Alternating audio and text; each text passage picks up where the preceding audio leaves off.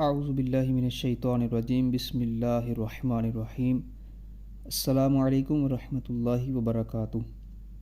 آج ہم ثا کو ادا کرنے کا طریقہ سیکھیں گے۔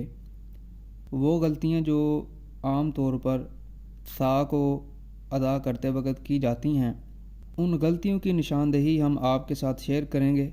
توجہ کے ساتھ سنیں اور اسی کے مطابق حرف ثا کو پڑھنے کی کوشش کریں تو انشاءاللہ العزیز آپ کا حرف ثا بہت جلد ٹھیک ہو جائے گا۔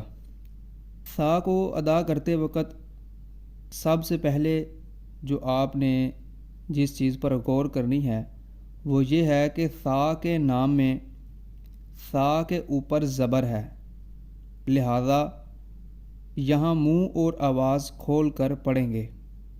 دوسری بات یہ آپ نے ذہن نشین کر لینی ہے کہ ثا باریک حرف ہے، لہٰذا اس کے نام میں جو الف ہے اس الف کو باریک پڑھیں گے، موٹا نہیں پڑھیں گے۔ تیسری بات یہ ہے ثا کے آخر میں ہونٹ بند نہیں کریں گے۔ جب ہم ثا کو ادا کریں گے تو ادا کرتے وقت آخر میں ہونٹ بند نہیں کریں گے۔ چوتھی بات یہ ہے ثا کے الف مدہ کو صرف ایک الف لمبا کریں گے، اس سے زیادہ لمبا نہیں کریں گے۔ پانچویں بات یہ ہے ثا کو ادا کرتے ہوئے نوک زبان پھسلنے نہ پائے، یعنی کہ جو زبان کی نوک ہے وہ پھسلنی نہیں چاہیے، ورنہ سین کی آمیزش ہو جائے گی۔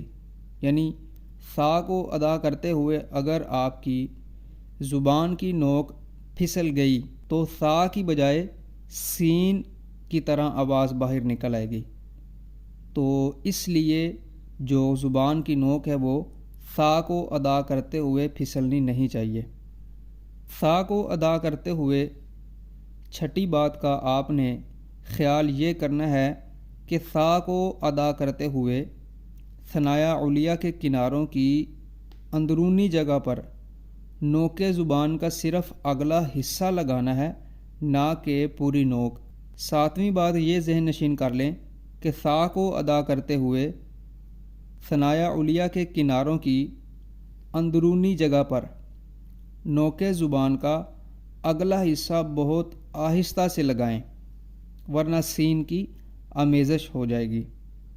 آٹھویں بات یہ ذہن نشین کر لیں کہ ثا کے آخر میں جھٹکا نہیں دیں گے۔ اور آخری بات یہ یاد رکھیں کہ ثا کے الف مدہ میں امالہ کرنے سے بچیں گے۔ یہ وہ 9 باتیں ہیں، وہ 9 غلطیاں ہیں جو ثا کو ادا کرتے ہوئے کی جاتی ہیں۔